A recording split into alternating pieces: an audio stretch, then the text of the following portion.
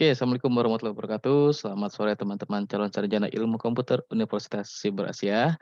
Bertemu lagi dengan saya Riyad. Ini mata kuliah ABO, Analisa Berorientasi Objek. Nah, ini kita sudah ada di pertemuan kelima, sesi kelima di minggu kelima.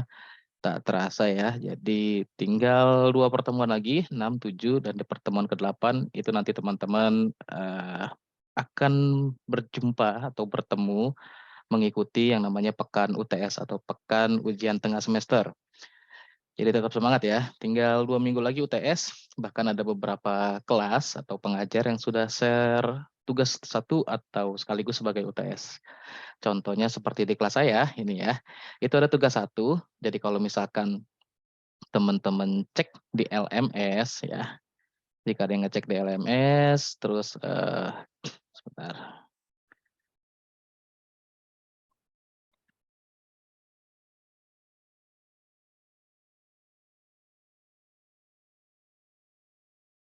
Nah, kalau ada yang ngecek di LMS, di halaman diskusi kan ada tugas nih, diklik tugasnya nanti akan muncul ini.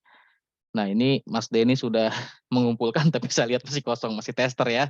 Nggak apa-apa, karena memang waktu penyelesaiannya atau tenggat waktu penyelesaiannya itu adalah tenggat waktu di mana pekan ujian tengah semester itu selesai. Jadi nggak apa-apa. Yang penting jangan sampai lupa. Ya, Ya, Pak, tinggal takutnya, dikit aja, Pak, tinggal dikit wah, lagi. ABO-nya udah di-submit nih, begitu ngecek lagi, udah selesai kali, gitu. Malah skip, malah nggak ada jawabannya, akhirnya 0 ya, jangan. Bikin videonya, Pak. Ya, ini masih bisa diedit ya, nanti tinggal dikumpulkan dokumennya Ya, aja. Oke, jadi kalau misalkan teman-teman lihat, nah di sini ada tugas satu dari mata kuliah ABO, dan ini saya berikan keterangan ya, ini sekaligus untuk ujian tengah semester. Nanti ujian tengah semester soalnya sama seperti tugas satu ini. Nah, nanti teman-teman yang dilakukan adalah submit 2 kali atau upload 2 kali jawabannya di halaman tugas, sama nanti ada satu lagi nih di sini nih, ujian tengah semester, gitu ya, yang dilakukan 2 kali untuk upload atau submit jawabannya. Nah, terus, ada beberapa pertanyaan juga, seperti di chat di sini ya, atau di kolom komentar, untuk kelompoknya bagaimana? Nah, ini sebenarnya tugas kelompok, tapi kalau ada yang mau mengerjakan individu, ya tidak masalah. Cuma kalau bisa dikerjakan kelompok, kenapa tidak? Agar lebih ringan ya, kalau misalkan tidak ada yang numpang kerja. Ya diusahakan jangan numpang kerja lah. Ini kan kita kerja kelompok memang orientasinya atau mengarahkan teman-teman dengan tujuan atau harapan biar bisa teamwork ya. Karena kan di dunia industri atau di bidang pekerjaan apapun, yang namanya kerja kelompok itu pasti akan ada, teamwork itu pasti akan ada. Nggak ada yang kita kerja secara individu sendiri ya, single fighter tidak ada. Ada pun ya jarang lah ya persentasenya ya 0, sekian sekian lah ya di dunia ini yang benar-benar real kerja sendiri di kehidupan nyata gitu ya. Apalagi di enterprise. Di enterprise itu di satu perusahaan nggak mungkin kita kerja sendiri. Kalaupun di unit kita kerja sendiri, hasil kerja kita kan nggak digunakan untuk diri sendiri atau perusahaan hanya mengandalkan hasil kerja kita. Itu pasti akan di-combine dengan hasil kerja yang lain. Tetap aja namanya teamwork. Nah, untuk kelompoknya sendiri, di sini ada keterangannya ya. Kelompoknya maksimal 3 orang. Silakan aja ditentukan sendiri kelompoknya mau siapa-siapa aja. Sudah ada grup kelasnya, silakan didiskusikan di situ untuk mencari kelompoknya atau siapa yang mau diajak join di kelompok teman-teman semuanya. Nah, untuk soalnya juga sudah ada. Nah, ini akan saya pertemuan kali ini kebetulan materinya pas banget untuk menjawab soal tugas satu atau soal UTS-nya, tapi nanti kita nggak pakai contoh ini. Kalau pakai contoh ini berarti nanti terjawab ya, gitu. Oke. Nah, untuk, materinya sendiri itu juga sudah di-share dan mudah-mudahan teman-teman sudah lihat materinya ya, sudah lihat materinya dan di materinya itu sorry, di bagian sesi 5 itu juga ada kuis yang teman-teman harus kerjakan untuk mendapatkan, presensi kehadiran karena mengerjakan kuis itu merupakan salah satu parameter untuk presensi kehadiran. Selain view dan download modul plus aktif diskusi ya. Oke, untuk pertemuan kelima ini materi kita yang akan kita bahas adalah requirements capture.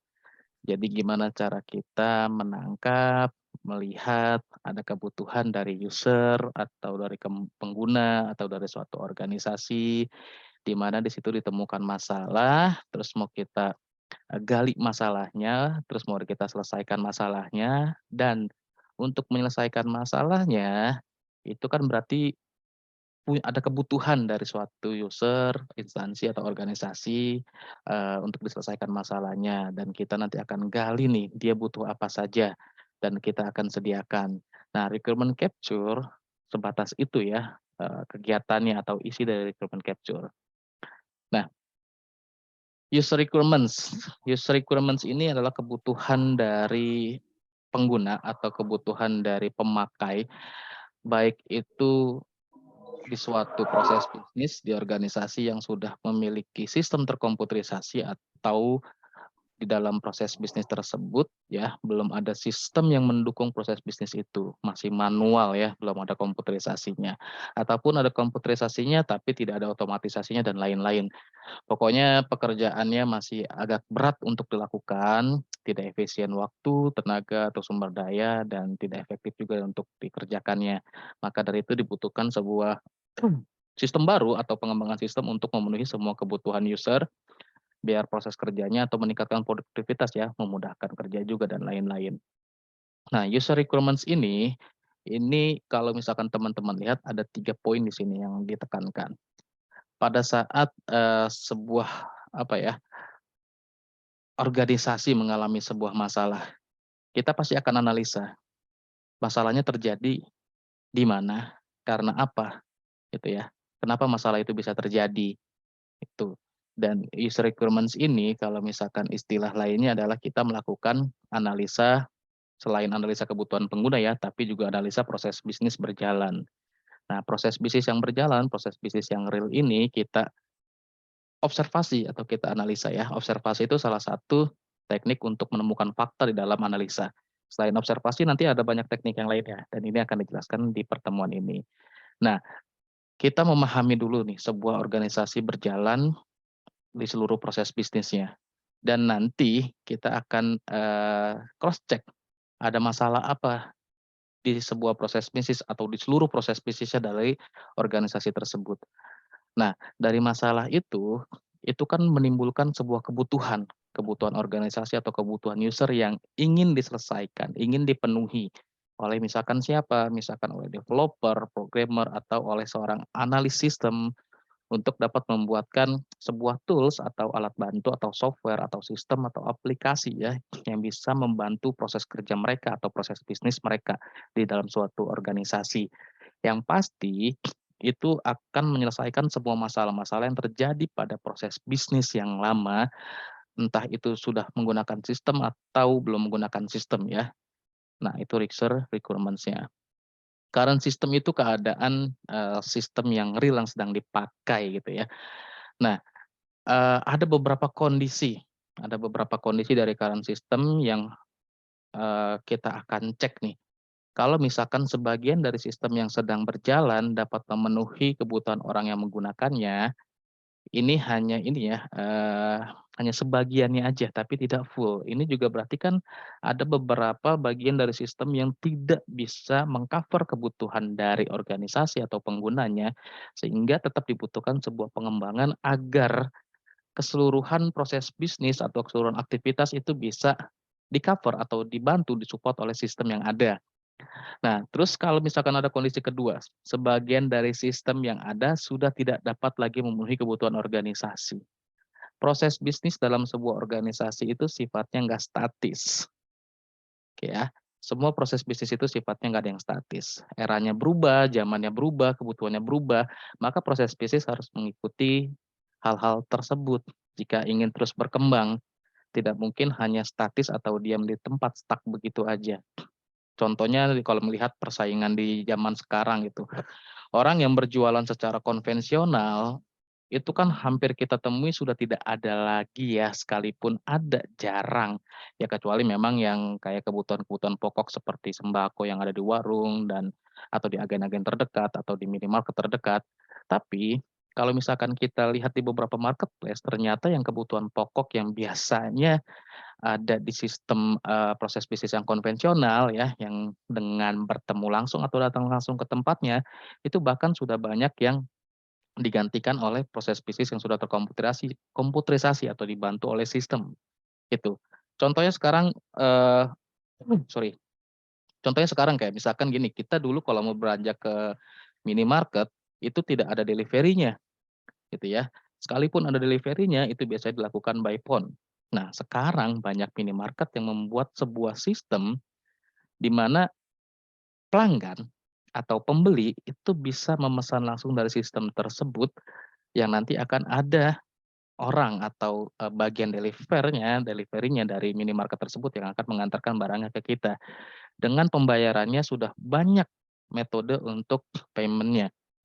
Dia menggunakan payment gateway yang beragam juga, bisa menerima pembayaran dari channel manapun, transfer atau dengan, dompet digital atau uang digital dan lain-lain gitu ya.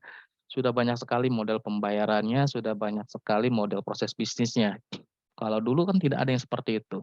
Apalagi kalau misalkan kita bilang proses jual beli, nah sekarang eranya sudah online semua. Atau seperti ini, dulu kita kalau mau tanda tangan di suatu dokumen yang membutuhkan keabsahan atau validitas atau ada aturan hukum yang mengatur, kita pakai materai fisik. Sekarang ada materai elektronik. Kenapa sampai ada materai elektronik? Kebutuhan zaman eranya sudah menuntut sistem digital, serba mudah, serba cepat. Sehingga akhirnya proses bisnis tersebut berkembang, memenuhi kebutuhan yang memang dibutuhkan di era sekarang. Itu. Nah, lanjut. Beberapa aspek pekerjaan dari organisasi tidak dapat dipenuhi oleh sistem yang sedang tidak berjalan. Nah, ini adalah salah satu hal fatal kalau misalkan sistem sudah tidak bisa support sama sekali sistem yang sedang berjalan. Maka tidak ada alternatif lain selain untuk mengembangkan sistem yang lama dengan sistem yang baru yang bisa memenuhi semua kebutuhan dari organisasi, semua kebutuhan proses bisnis gitu ya. Nah, ini hingga terjadi yang di bawah ya, sehingga terjadi yang di bawah, sistem yang tidak berkembang ini wajib hukumnya untuk diganti. Kalau nggak diganti resikonya apa? Banyak, resikonya banyak. Eee, Tidak ada keuntungannya mempertahankan sistem lama yang tidak bisa mengikuti perkembangan industri, perkembangan kerja, perkembangan kebutuhan. Mungkin salah satu keuntungannya tidak keluar kos lagi, itu aja. Tapi tidak keluar kos di saat itu. Kalau misalkan dia kalah bersaing, sudah tidak kompetitif, akhirnya kolaps, malah tidak ada pendapatan sama sekali.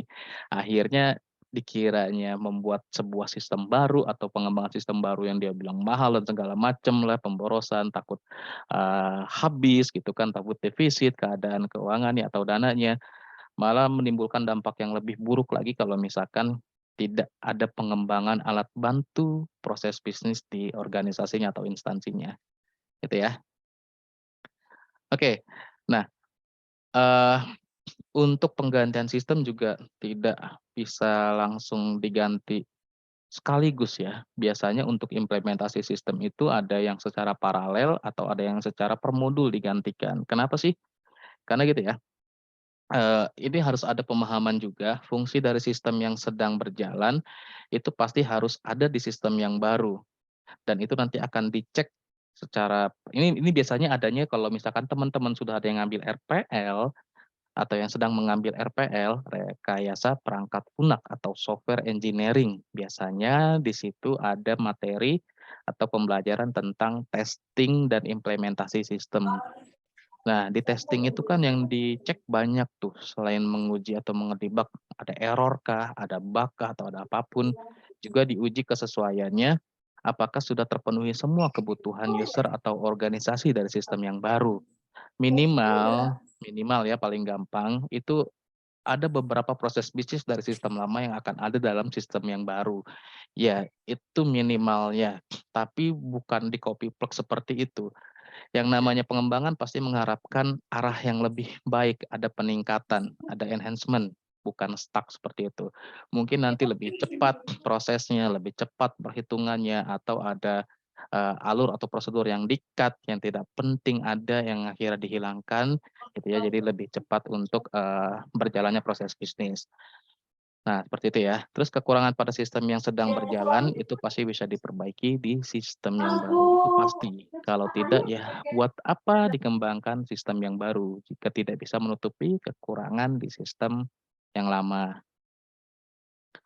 Oke, ini saya skip ya, jadi saya langsung penjelasan yang penting-penting aja, yang penting harus dijelaskan lebih lanjut dari materi yang akan kita pelajari hari ini. Alasan melakukan investigasi. Nah, itu tadi ya.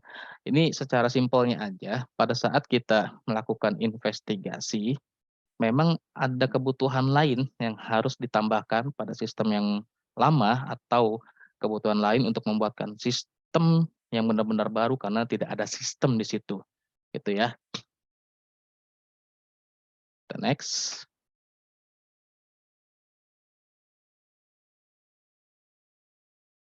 Oh, sorry.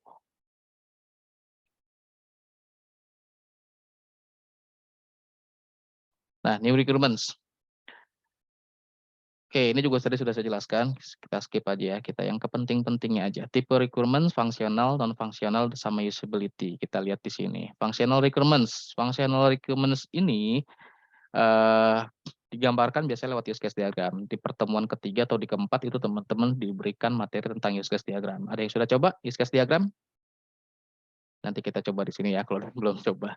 Use case diagram ini yang digambarkan apa sih di use case diagram? Itu juga kemarin ada ininya ya, diskusinya. Jadi use case diagram itu kita bicara case-nya. Case ya. Case itu artinya ada sebuah fungsi. Use ini yang digunakan gitu ya. Jadi fungsi yang akan digunakan atau fungsi yang akan dibutuhkan dari requirements yang sudah dilakukan menghasilkan functional requirements, dan itu nanti akan ada di sistem yang baru atau pengembangan sistem yang baru gitu. Kalau misalkan teman-teman bingung dengan function modul apa, ya kita bilangnya gini aja lah, menu atau sub menu. Ada menu ya, ada menu dari sistem yang baru yang itu nanti bisa dipergunakan atau bisa untuk memenuhi kebutuhan proses bisnis yang berkembang gitu ya di dalam sebuah organisasi. Dan deskripsi proses yang dilakukan sama di functional requirements ini itu hanya 3 sebenarnya. Ada input ya, itu juga bisa data gitu ya. Bisa data apa saja yang nanti akan masuk ya, dan itu ada di input. Lalu ada proses yang di sini memang tidak ada, tapi nanti ini masuknya ke dalam rincian input. Jadi input yang dimasukkan ke sistem ya, yang nanti berupa dokumen atau data-data lainnya, dan itu dihasilkan dari interaksi antara pengguna dengan sistem yang nanti akan diproses terus jadi sebuah output yang diharapkan oleh pengguna atau si usernya itu sebuah informasi yang memang dia butuhkan dari sistem gitu ya. Kita next. Kalau non-functional requirements-nya, nah non-functional requirements ini ngegambarin apa aja sih? Menggambarkan aspek-aspek sistem yang berhubungan dengan seberapa baik sistem dapat bekerja. Dan ini ukurannya biasanya ada datanya ya, kayak misalkan time atau waktu itu berhubungan dengan response times untuk update data pada sistem atau proses data pada sistem gitu ya. Nah, misalkan ada input data, datanya banyak, itu mau sekali input secara skalibilitas, nggak cuma satu, apakah bisa cepat dilakukan atau ngelotnya malah lama gitu. Kalau misalkan ngelotnya malah lama dan tidak lebih baik dari sistem yang lama atau yang biasa dilakukan dengan sistem manual, berarti sistem yang baru belum sesuai. Nah, response times ini juga berlaku pada saat nanti teman-teman mau retrieve data dari sistem. Retrieve data itu bisa kayak restore data, mencari data, dan lain-lainnya. Dan satu lagi yang penting di non-functional requirements, ini adalah antisipasi volume data dan pertimbangan keamanan. Kita tahu segala bentuk software atau sistem itu sebenarnya adalah UI yang kita pergunakan untuk mengelola data. Gitu ya. Aslinya intinya adalah database yang dibuat, oke, database yang sudah dibuat terus punya sebuah interface yang nanti bisa digunakan atau sebagai wadah untuk interaksi dengan usernya gitu ya. Dengan nanti pengolahan datanya itu ada teknik atau algoritmanya. Nah, pada saat bikin sistem itu harus diperhitungkan berapa banyak data yang bisa tersimpan di dalam sistem tersebut. Contoh gampangnya kita bicara kayak sistem informasi akademik atau SIAKAT yang kita pakai di kampus ini. Kalau misalkan pada saat kita bikin, kita merencanakan, oke lah, nanti sistem ini punya database yang ukurannya sekitar 1 tera gitu. Dan 1 tera itu nanti untuk keperluan data mahasiswa, data dosen, data pengajaran, data nilai, dan lain-lain gitu. Nah, Oke lah, data awal seperti itu, kita bisa perkirakan gitu ya. Tapi data yang lain yang muncul atau timbul dari sebuah proses bisnis yang terjadi dari data-data yang saling berelasi, apakah sudah diperhitungkan dan berapa besarannya. Nah, itu jangan sampai miss dari perhitungannya. Karena untuk volume data atau update ukuran data dari sebuah database, dari sebuah sistem, itu nggak bisa kita ukur atau kita lihat dari inputan saja, ya. Di sistem itu pasti akan ada proses atau pengolahan data yang nanti akan menghasilkan data baru dan itu juga harus diperhitungkan. Itu salah satu non fungsionalnya. Dan satu lagi adalah pertimbangan keamanan. Keamanan ini mencakup kalau kita bicara keamanan sistem itu mencakup semuanya, secara fisikal dan non fisikal. Secara fisikalnya misalkan servernya ditaruh di mana, siapa saja yang menggunakan sistemnya, apakah orang-orang itu, valid atau kompeten atau eligible atau tidak gitu. Terus yang non fisikal misalkan di jaringan internetnya ini apakah nanti akan dengan mudah ditembus atau disisipkan itu ya, ada penyusup masuk, terus sistemnya apakah, anti serangan atau minimal ada, tindakan alternatif untuk menangkal serangan-serangan dari database-nya juga dan lain-lainnya. Itu banyak pertimbangan keamanan yang harus diperhatikan. Dan non-functional requirements ini juga harus didokumentasikan dalam daftar requirements atau use case model gitu ya. Oke, next. Nah, ini ada usability. Kalau tadi ada fungsional dan fungsional, terus usability-nya. Usability-nya ini tentunya ya kecocokan antara sistem dengan cara orang-orang atau user-nya bekerja. Sama enggak nih? Gitu ya. Kalau misalkan sudah ada ISO dari sebuah proses bisnisnya, nah itu agak lebih berat lagi diakomodir oleh developer karena memang ya, kita bicara ISO. ISO itu adalah standarisasi, standarisasi dari sebuah proses bisnis untuk proses bisnis apapun. Artinya kalau ada sebuah proses bisnis sudah ter-ISO, itu semua alur proses bisnisnya dan dokumen proses bisnisnya serta apapun yang ada dalam proses bisnis tersebut ada standarnya, ada bentuknya dan itu harus diikuti. Tapi enaknya kalau sudah ISO-nya berarti proses bisnisnya sudah baku karena SOP-nya sudah jelas, sudah clear, dan sistem itu biasanya tinggal ngikutin aja SOP-SOP untuk setiap proses bisnisnya. Udah beres. Jika sesuai dengan proses bisnis yang ada, yang memang sudah di-ISO-kan, ya udah berarti sistemnya cocok atau sistemnya, sudah usability, gitu aja. Dan usability ini ya bisa di ini ya, ada ukurannya ya, gitu ya. Next. Nah, usability requirements.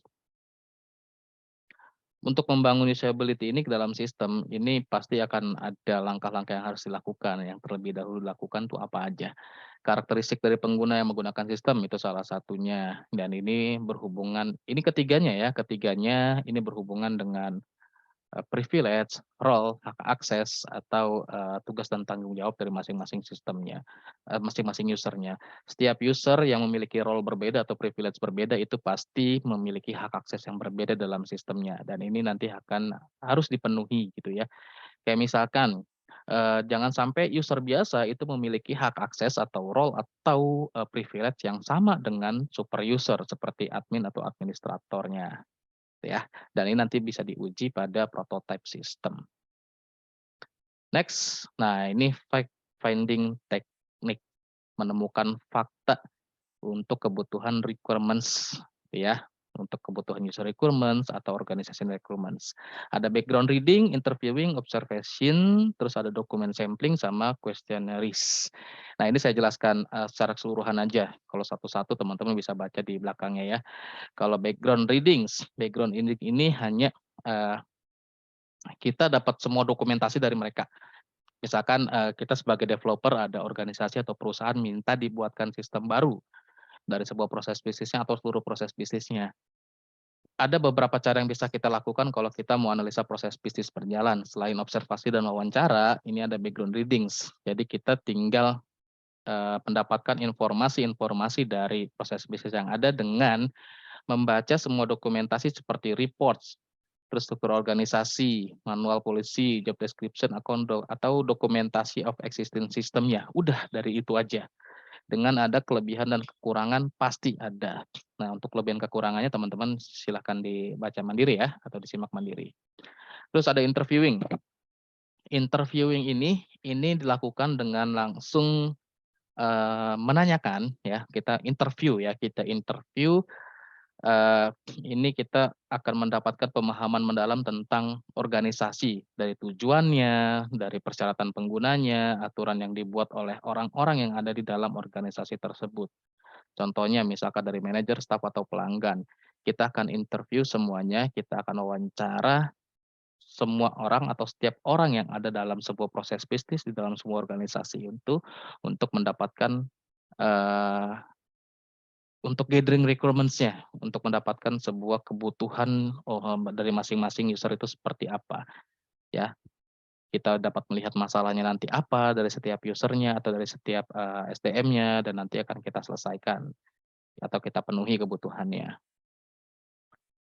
Terus ada lagi observation. Nah, observasi ini langsung kita terjun ke lapangan, kita observasi langsung, kita mengamati langsung di setiap proses bisnis yang terjadi di organisasi, dan kita juga observasi organisasi atau instansi tersebut sehingga kita bisa langsung melihat ada masalah apa sih atau ada temuan apa di situ, dan kira-kira dari masalah itu kan menimbulkan kebutuhan mereka yang nanti akan kita selesaikan kebutuhannya dengan dibuatkan tools atau sistem. Lalu ada lagi dokumen sampling. Ini hampir sama dengan yang tadi pertama ya, dengan ada yang dokumen reader ya, atau background reading gitu ya. Dokumen sampling hampir sama dengan background reading.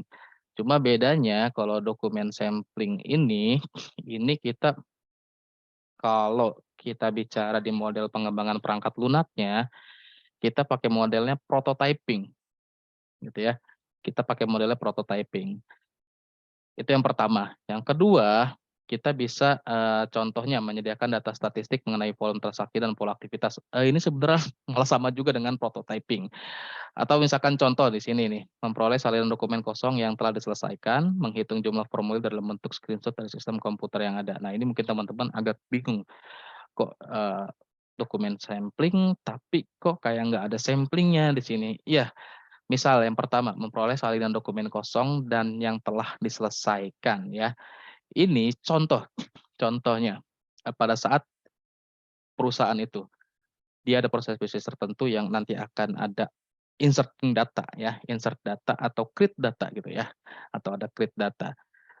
Pada saat dari observasi yang sudah kita lakukan, nah dokumen sampling ini ya, dokumen sampling ini catatannya pertama, dokumen sampling itu nggak akan bisa kita jadikan untuk penemuan fakta kalau misalkan nggak observasi gitu ya.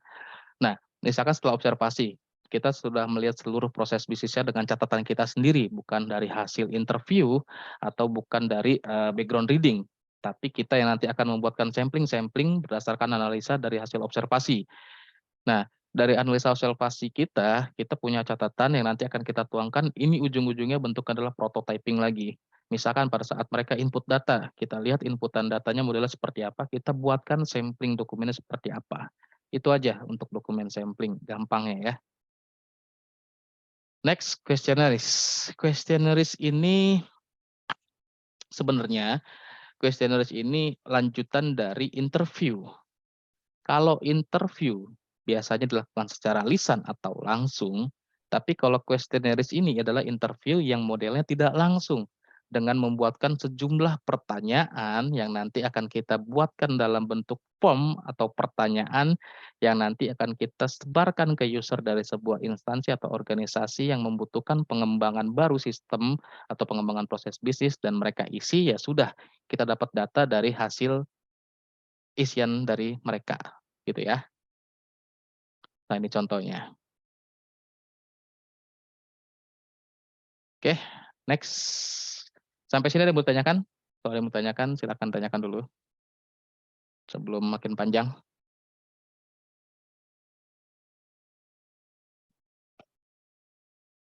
Aman?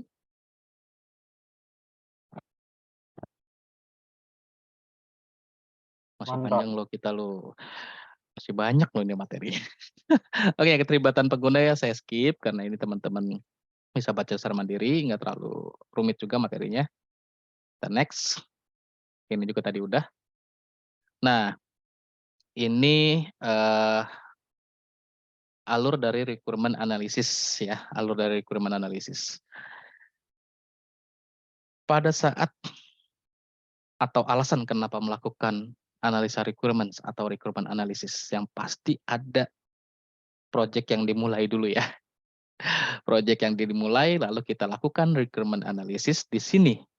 Karena di project initiation documents atau biasanya kalau di real atau di vendor kita bilangnya software requirement specification, ada di situ semua tuh.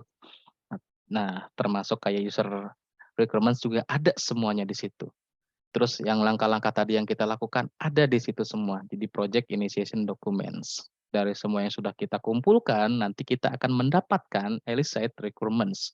Menyimpulkan, mendapatkan kebutuhan-kebutuhan yang nanti kita jadikan atau kita sortir menjadi kandidat requirements. Jadi kalau misalkan dari hasil penemuan fakta kita ada yang kayaknya ini nggak ada nih di proses bisnis ini, gitu ya. Kayak kelemahan-kelemahan tadi tuh kalau misalkan teman-teman baca tuh yang metode penemuan fakta, ada beberapa kelemahan yang kalau misalkan contoh kita observasi, terkadang usernya itu ada distorsi dari user yang menyebabkan, "Ini kok proses bisnis kayaknya normal-normal aja," gitu kan. Proses kerja kayaknya normal, dokumen kayaknya normal, tapi kenapa katanya ada masalah di situ?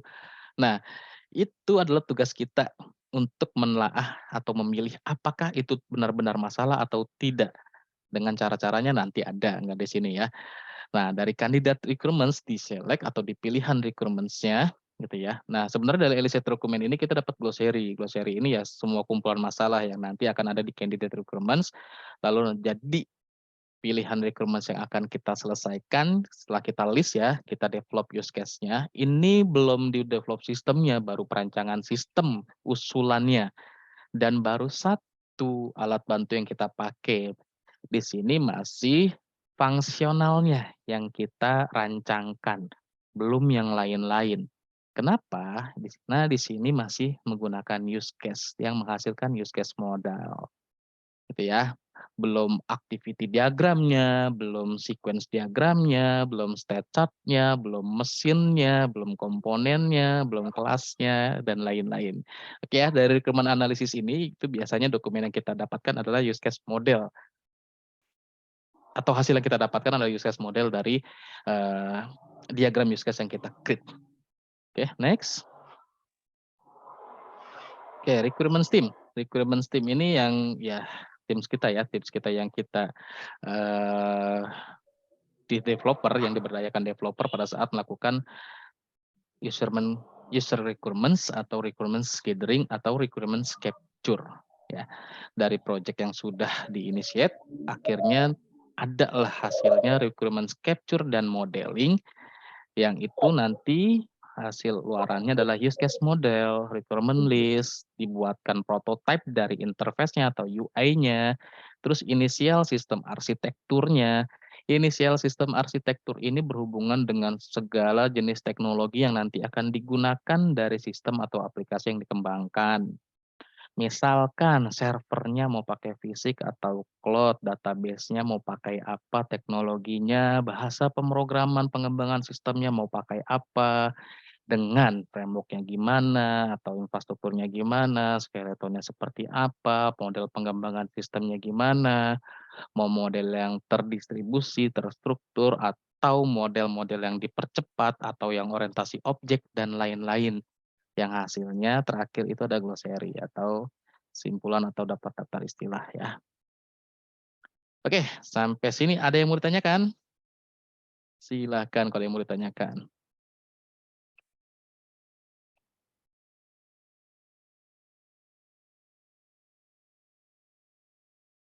Ada yang mau bertanya? Oke, nah ini kita next ya kalau ada yang mau tanya, kita penjelasan tentang tugas dan UTS-nya. Di tugas atau di UTS nanti, itu ada sebuah proses bisnis sederhana dari sebuah klinik. kalau misalkan teman-teman yang sudah baca tugasnya, kira-kira ada masalah apa sih di klinik tersebut? Ini kliniknya klinik yang nggak terlalu besar ya, bukan rumah sakit, tapi hanya klinik aja. Kalau kita bicara rumah sakit, itu hitungannya enterprise, gede banget ya, terlalu luas. Jadi saya persempit jadi sebuah klinik aja. Nah, kira-kira di klinik ini ada masalah apa sih? Administrasinya, Pak, Ya, pendaftaran pasien, mhm. Terus apa lagi tuh? terus, diagnosa dokter tidak Mhm, tercatat, mhm, betul, terus pasien lama dengan pasien baru. heeh. Gitu. Itu kan ya hal-hal sering yang di kehidupan real sering kita temuin ya. Kita udah pernah berobat nih ke klinik ini, pas kita berobat lagi, kita nggak ada kartunya tuh, atau kita lupa bawa kartu. Si admin atau administrasi pasti nanya tuh, "Udah pernah berobat?" dan segala macam, "Oh udah, ada kartunya?" "Nggak ada, lupa." Dia nyari emang ada gitu kan, lama. Biasanya klinik nggak ada yang punya sistem terkomputeris biasanya ya, tapi sekarang sebagian, kecil sudah banyak yang sudah pakai sistem terkomputerisasi untuk klinik-klinik.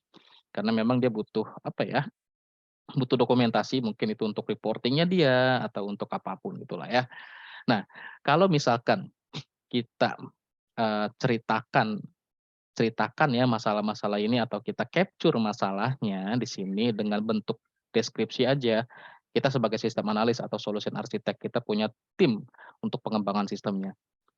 Nah, kita kasih tuh programmer kita, "Oh ini ada masalah-masalah ini, selesain masalahnya." Itu programmer langsung, "Apaan isinya paragraf doang." Gitu ya. Nah, itu biasanya programmer nggak mau kayak gitu. Programmer itu lebih senang walaupun kebanyakan di realisasinya ya, yang saya alami di industri atau dimanapun ya programmer dapatnya begini nih dari user atau bahkan dari atasannya, manajernya, section head-nya, divisi head-nya dan lain-lain. Bahkan ini masih bagus kalau ada teksnya kayak gini. Bahkan ada yang cuma diceritain aja dan dia harus terekam di otaknya dia. Wah, itu kasihan. Tapi kalau sudah ada di sebuah tim yang aturan mainnya bagus, nggak ada yang kayak gini lagi. Jika ada masalah, biasanya kita gambarkan dengan rich picture diagram atau flow map atau flow chart untuk menggambarkan sistem berjalan atau proses bisnis berjalan yang ada pada instansi atau organisasi yang mau kita adakan pengembangan sistem, begitu. Ada yang pernah pakai rich picture diagram?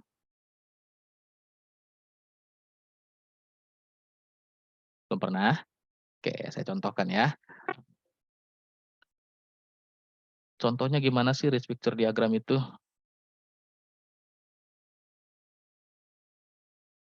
Kalau misalkan teman-teman lihat, rich picture diagram ini ternyata hanya coret-coretan biasa aja, kayak gini. Nah, kita buka.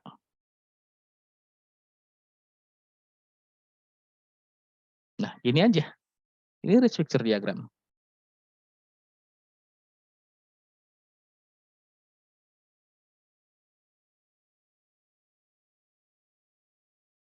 Oke, kita buka lagi yang lain.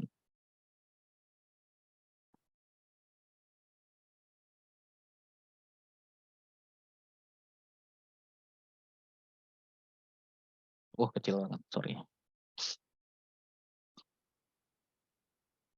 Nah, malah ada bahkan yang ini, ya.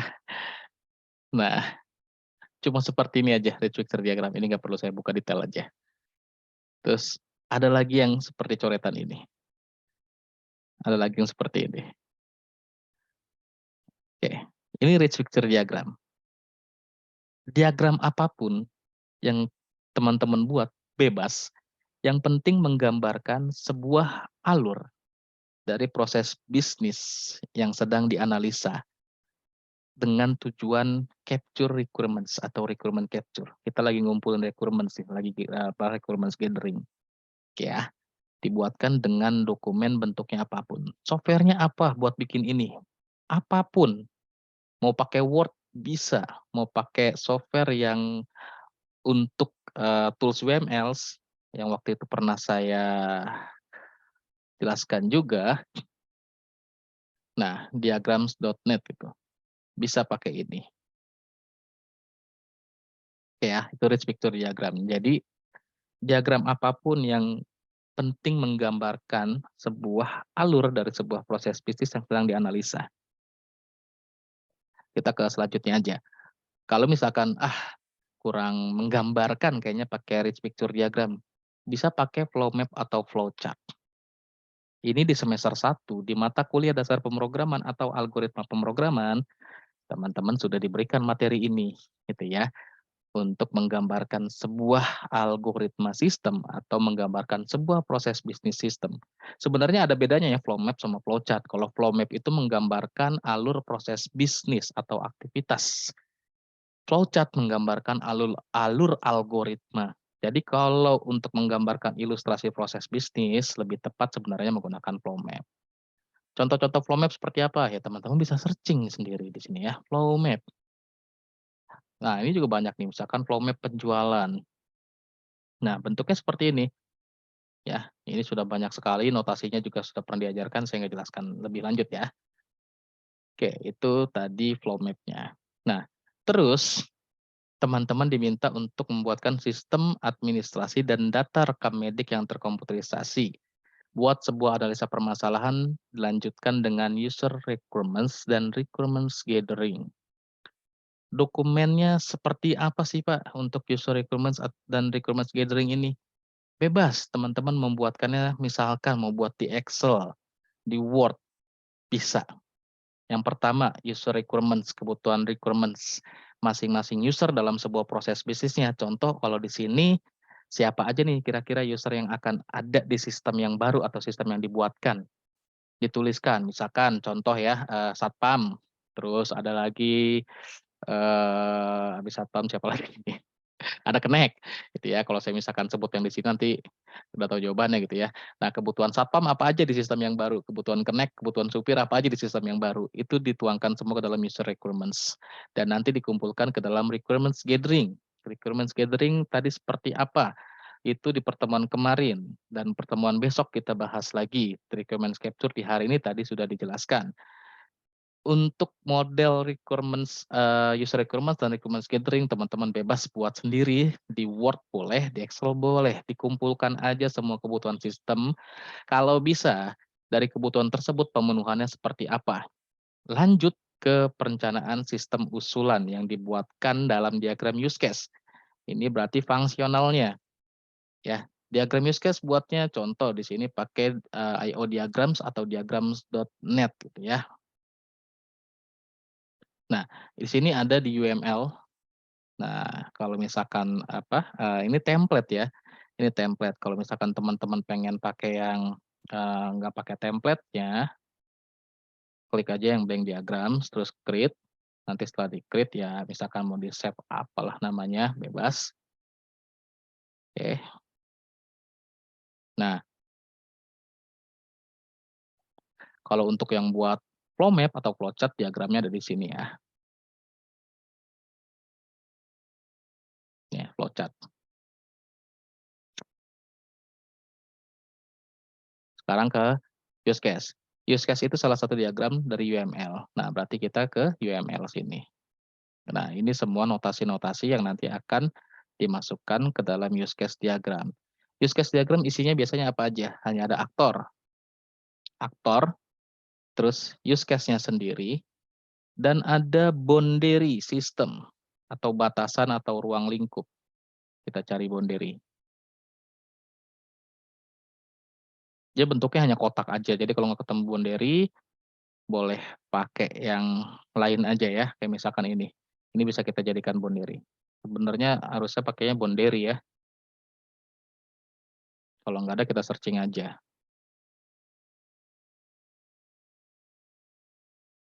Nah, biasanya pakai ini, tapi dia nggak kotak-kotak ya, jadi jangan nanti salah.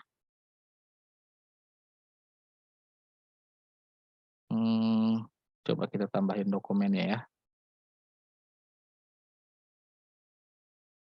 Terus Morsep, udah YML. Nah, kita pakai yang ML25 deh. Oke, jadi IO diagram ini selain buat UML, teman-teman bisa dipakai untuk apapun ya. Kalau di software nih banyak banget tuh. Mockup pun bisa, sitemap juga bisa, network juga ada, banyak bisnis apalagi ada. Kalau misalkan ada yang mau menggambarkan analisa proses bisnis, bisa menggambarkan lewat sini juga bisa. Material design juga ada. Nah, sekarang kita masuk ke yang UML aja dulu. Tadi UML biasa, sekarang UML versi 25. Karena sekarang yang terbaru itu di atas 2 ya. Kayaknya 25 yang terbaru. Kita cari boundary. Kalau nggak ada pakai kotak yang ini nggak apa-apa ya. Kalau di Visio ada langsung, tapi Visio saya ini lagi yang non-license, jadi nggak bisa saya buka di komputer yang berbeda. Oke lah, gini aja lah. Nah, ini kita taruh misalkan seperti ini. Contoh kayak gini ya. Ini boundary-nya atau batasan sistemnya. Nah, fungsional itu adalah fungsinya sistem atau fungsi-fungsi yang ada dalam sistem dan interaksinya dengan user seperti apa. Itu user yang punya interaksi. Kita menggambarkannya atau menggariskannya dengan ini aja. Tapi jangan ada tanda panahnya. Nah, ini ternyata nggak pas. Sorry, saya agak lupa nih. Boundary system itu biasanya saya pakai apa yang chat? Bukan objek ya.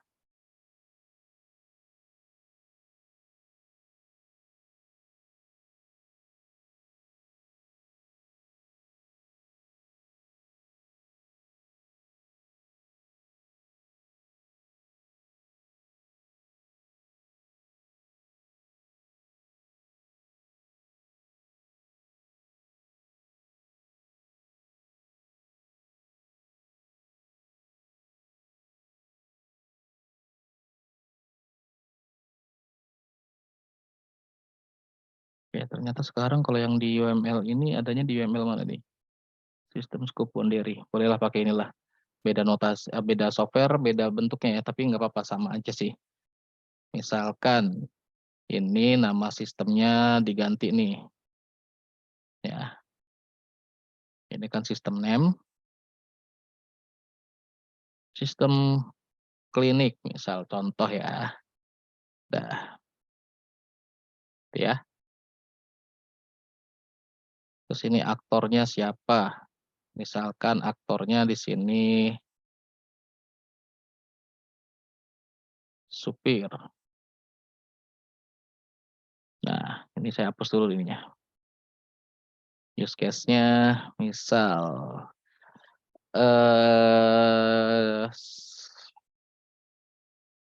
mengelola data.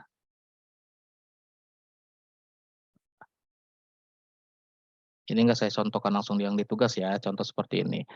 Nah, ini ada sebuah fungsi ini di sistem yang baru dan dijalankan oleh si supir, gitu ya. Aktornya adalah supir.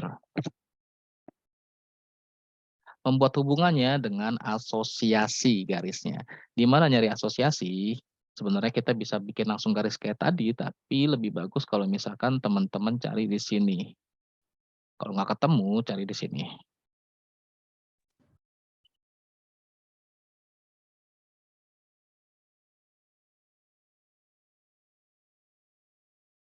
Nah,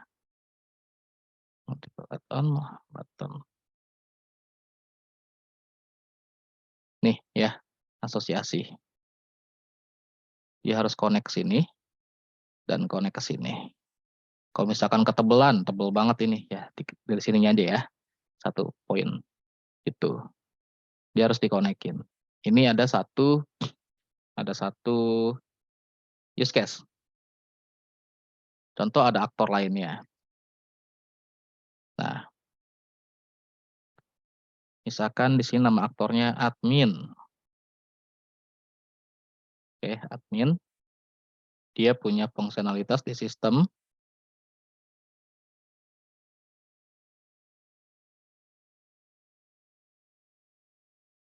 Mengelola data user. Nah, kalau capek tinggal kopas aja. Nggak usah nyari-nyari lagi. Nah, gitu ya. Terus dari use case ini punya punya stereotip atau dependensi ketergantungan. Misal, ada satu fungsi dari sistem itu adalah login. login. Ya. Nah, admin ini contoh kita sudah ke dalam sistem nih, ini boundary system. Artinya kan semua kegiatan atau fungsi dari sistem itu ada di dalam boundary. Nggak ada yang di luar gini ya. Kalau di luar ini berarti di luar sistem. Dan ini nggak kita gambarkan di perancangan sistem usulan. Oke, jadi yang kita gambarkan di sini atau yang ada di sini adalah semua fungsionalitas yang ada dalam sebuah sistem dan siapa aktor yang melakukan fungsi tersebut. Atau fungsi tersebut dilakukan sama aktor siapa. Nah, stereotip atau dependensi ketergantungan. Yang pertama ini ada include. Mana include? Oke, kita cari di sini kalau nggak ada.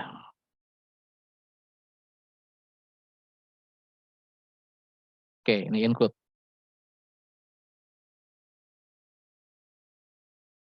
Nah, ini saya jelaskan. Kok mengelola data user include login maksudnya seperti ini. Sebelum admin bisa mengelola data user, dia harus melewati sebuah fungsi yang namanya fungsi login. Jika dia tidak melewati fungsi login, dia tidak bisa melakukan fungsi untuk mengelola data user. Contoh, supir juga sama, mau mengelola data kendaraan, dia harus melewati fungsi login terlebih dahulu. Jadi setiap fungsi yang mempunyai dependensi atau ketergantungan dengan si fungsi yang lainnya harus kita gambarkan seperti ini. Gitu ya. Terus ada satu lagi stereotype extend.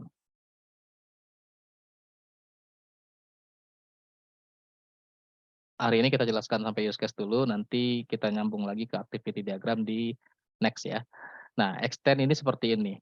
Oke, lupa saya. Kalau include itu tanda panahnya ya. Tanda panahnya ke si activity yang menjadi kayak kalau kita bicara hubungan parent and child, yang jadi parent-nya atau activity utamanya, panahnya, gitu ya. Nah, kalau extend ini adalah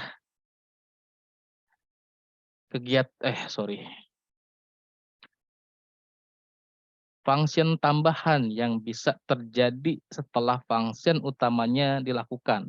Misalkan, cetak data user. Ini adalah extend dari si pengelola data user. Nah, begini ya. Seperti ini untuk menggambarkan sebuah use case diagram. Contoh-contoh use case yang lainnya banyak. Teman-teman bisa cari di Google. Nah, ini banyak sekali. Kalau teman-teman mencari referensi UML, itu saran saya dari yang penulisnya Roger S. Pressman atau Alan Dennis atau siapa lagi ya? Kalau dalam negerinya ada Jogianto, eh, banyak ya. Tapi hati-hati juga jangan sampai dari hasil skripsi atau hasil mahasiswa lain ya, karena belum tentu benar. Ada yang benar tapi belum tentu. Atau dari organisasi-organisasi kayak misalkan dari Lucid Draw. Lucid Draw itu bagus. Nah, atau Java Point bagus nih. Atau diagram.net. Nah, ini bagus nih. Smart Draw juga boleh dipakai. UML Diagrams, nah ini apalagi ya, dari UML-nya langsung gitu. Stack Overflow bisa dipakai. Ini banyak sekali referensi dari use case diagram yang teman-teman bisa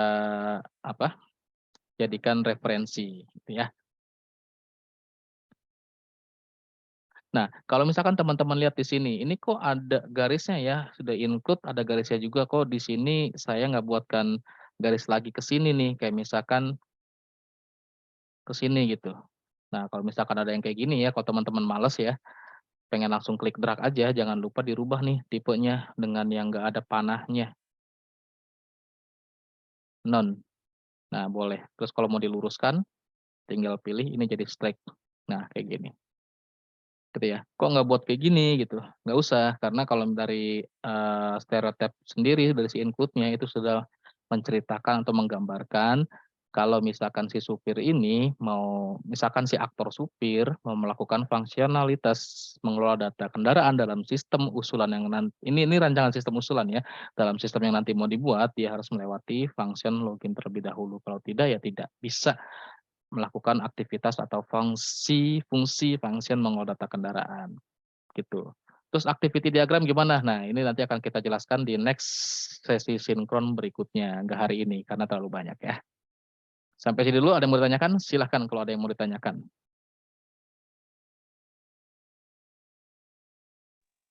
Assalamualaikum Pak. Ya. Waalaikumsalam. Bisa ditampilkan diagram tadi Pak, apa yang tadi alur tadi? Contoh ini.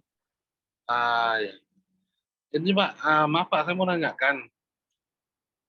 Itu yang supir itu kenapa langsung mengelola data kendaraan? Mm-mm. Apa nggak disatuin aja dengan admin Pak? Jadi supir, maksudnya itu supir kalau mau masuk, apa nggak mau langsung login aja? Misalnya aplikasi gitu Pak ya? Ini ceritanya contohnya. Ini Ya. contohnya aja ya. Ini contoh yang sistem yang kita buat contoh. Ini kan sistemnya namanya tadi sistem klinik ya. Kita coba ganti aja di sistem rental lah ya. Sorry. Nah, ini hanya contoh aja. Ini contoh yang dari nanti ada tugas 1 atau UTS yang nanti akan teman-teman kerjakan. Nah, kita contoh di sini kayak punya sebuah sistem namanya sistem rental, di mana di sistem usulan atau sistem baru yang dibuatkan, contohnya yang mengelola data kendaraan itu si supir, selain supir juga mengendarai kendaraan. Kalau mengendarai kendaraan di sini di sistemnya nggak dijelaskan gitu. Contohnya kebutuhannya seperti itu. Atau dari proses bisnisnya memang menyatakan yang mengelola data kendaraan adalah si supir. Admin cuma mengelola data user aja. Data usernya siapa? Ternyata cuma supir sama admin aja. Contohnya gitu sistem kecil yang sedang kita contohkan sekarang gitu. Kalau kita contohkan sistem yang besar ini banyak yang digambarkan. Nah, contoh di sistem tersebut setiap aktor yang mau mengelola data itu harus melewati fungsi login gitu ya.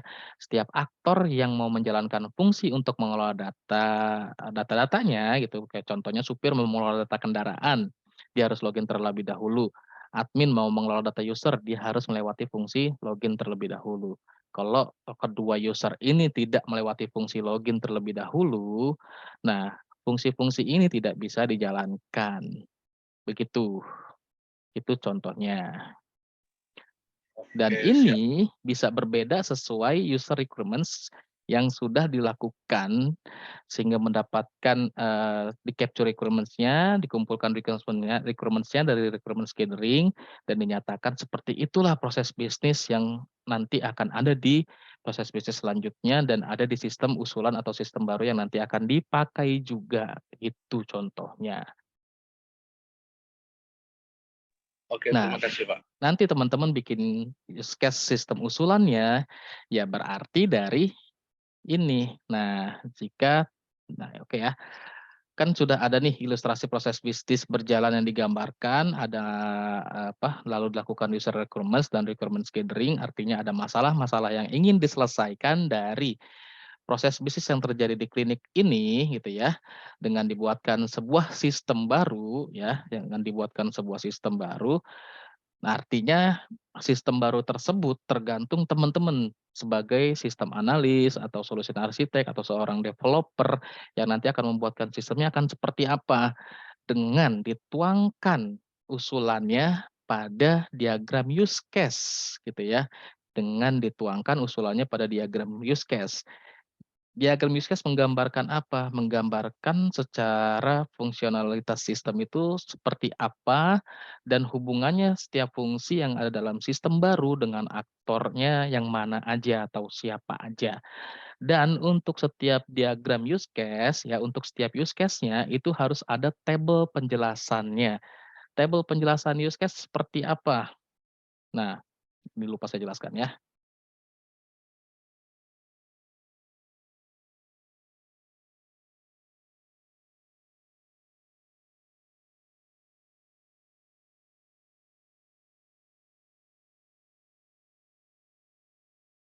Nah, Sebenarnya yang ini aja sih nih. Nah, oke ya. Mudah-mudahan nggak terlalu pecah. Oh, nggak terlalu pecah lah ya, masih bisa tampil lah ya. Atau saya cari yang lain dulu bentar. Banyak jenisnya ya, banyak jenisnya untuk diagram use case ini. Jangan yang itu. Ada yang contohnya seperti ini, jadi ada aksi aktornya, reaksi sistem, skenario normal, skenario alternatif.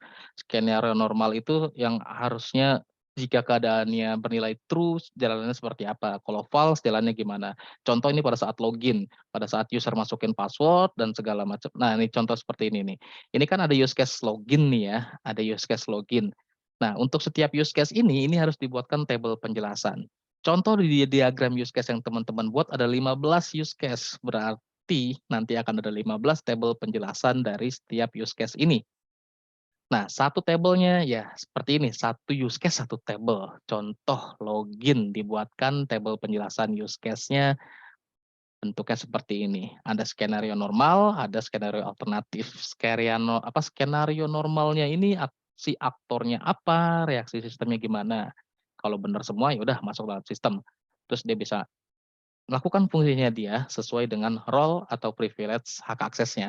Alternatifnya, kalau misalkan skenario normal tidak terpenuhi atau salah, maka apa yang bisa dilakukan? Contoh lupa password, lupa username kemana?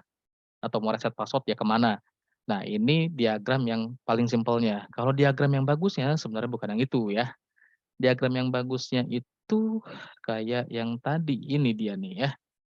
Nah, contoh nama use case-nya apa? Di sini make appointment. Ini kalau kurang jelas, mudah-mudahan jelas ya, bisa kelihatan ya. Jelas, Pak. Jelas, jelas. Aktornya siapa gitu. Aktornya artinya yang lagi ada di use case ini, fungsi make appointment ini siapa aja aktornya. Contoh di sini patient and scheduler gitu ya. Nah, contoh misalkan teman-teman bikin skenario untuk login yang ada di sini. Nah, aktornya siapa aja? Kalau misalkan ada 2 ya sebutkan aja supir dan admin. Tapi kalau misalkan banyak banget gitu, misalkan di atas 10, tulis aja aktornya ya user system atau pengguna sistem. Udah, berarti kan semua pengguna sistem harus login kalau memang aturan di sistem baru seperti itu. Tapi kalau bisa dituliskan hanya 1, 2 ya tuliskan saja aktor-aktornya siapa aja, gitu ya. Terus normal cost-nya gimana, alternatif cost-nya gimana? Ini sama seperti yang ada tadi di sini. Ya, skenario normal gimana, skenario alternatifnya seperti apa. Terus precondition. Precondition-nya artinya sebelum use case itu berjalan, apa sih yang nge-trigger use case itu bisa berjalan. Contoh kalau untuk login, precondition-nya apa? User mau mengelola, user ingin melakukan semua fungsi-fungsi di dalam sistem yang memang mengharuskan login, itu precondition. Postcondition-nya apa? Ya setelah login dia bisa melakukan fungsi-fungsi yang memang nanti akan dia lakukan sesuai dengan hak aksesnya. Gitu ya. Jadi untuk setiap use case ini, itu harus dijelaskan lewat tabel penjelasan. Kenapa harus dijelaskan? Nanti kalau misalkan nggak dijelaskan, ya kalau misalkan sama developer atau kita yang memang sudah pernah ada atau belajar mengerti, memahami UML bisa. Tapi kalau orang lain seperti klien, misalkan contoh kita vendor bikin fungsionalitas sistem dengan use case, klien kan nggak begitu paham nih, oh ini ke sini ngapain, terus kok dari sini ada garis ini ke sini, maksudnya apa, begitu ya. Kayak misalkan contoh nanti tadi kan yang login, pada saat yang pengen buatkan use case penjelasan use case untuk use case mengelola data kendaraan. Di sini ada precondition-nya. Precondition-nya apa? Login.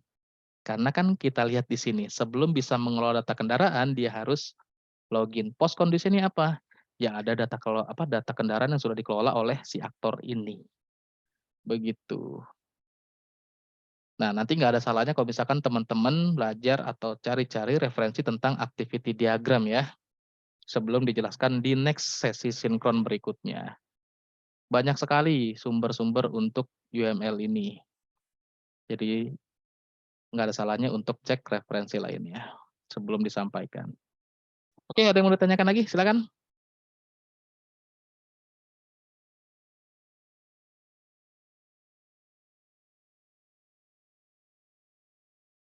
Aman? Aman, Pak. Oke.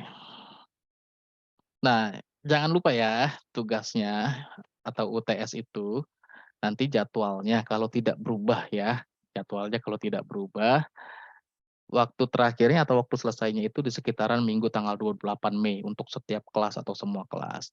Jadi teman-teman kalau misalkan ada yang sudah di-share lebih dahulu seperti ini, nah nggak ada salahnya dicicil dari sekarang biar nggak numpuk nanti.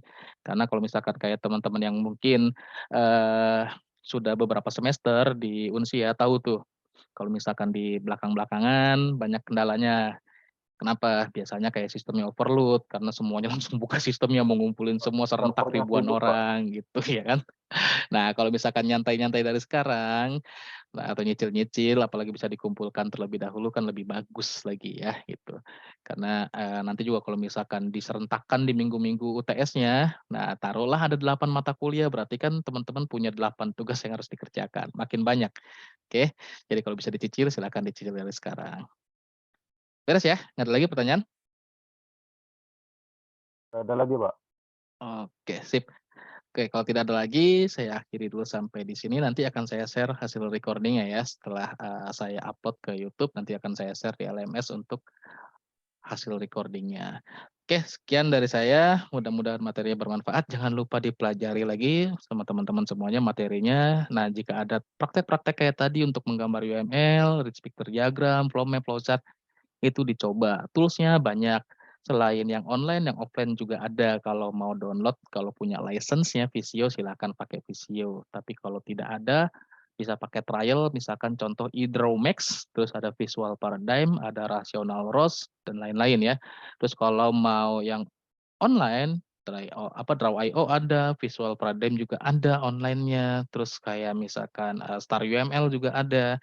Silakan, itu tools-nya banyak sekali, teman-teman tidak perlu takut nggak ada tools-nya, nggak bisa buat karena tidak ada software-nya itu ya. Oke, sekian, terima kasih banyak. Saya tutup, wabillahi taufiq wal hidayah. Assalamualaikum warahmatullahi wabarakatuh. Selamat sore, terima kasih teman-teman semuanya. Waalaikumsalam Waalaikumsalam. warahmatullahi wabarakatuh. Terima kasih, Pak.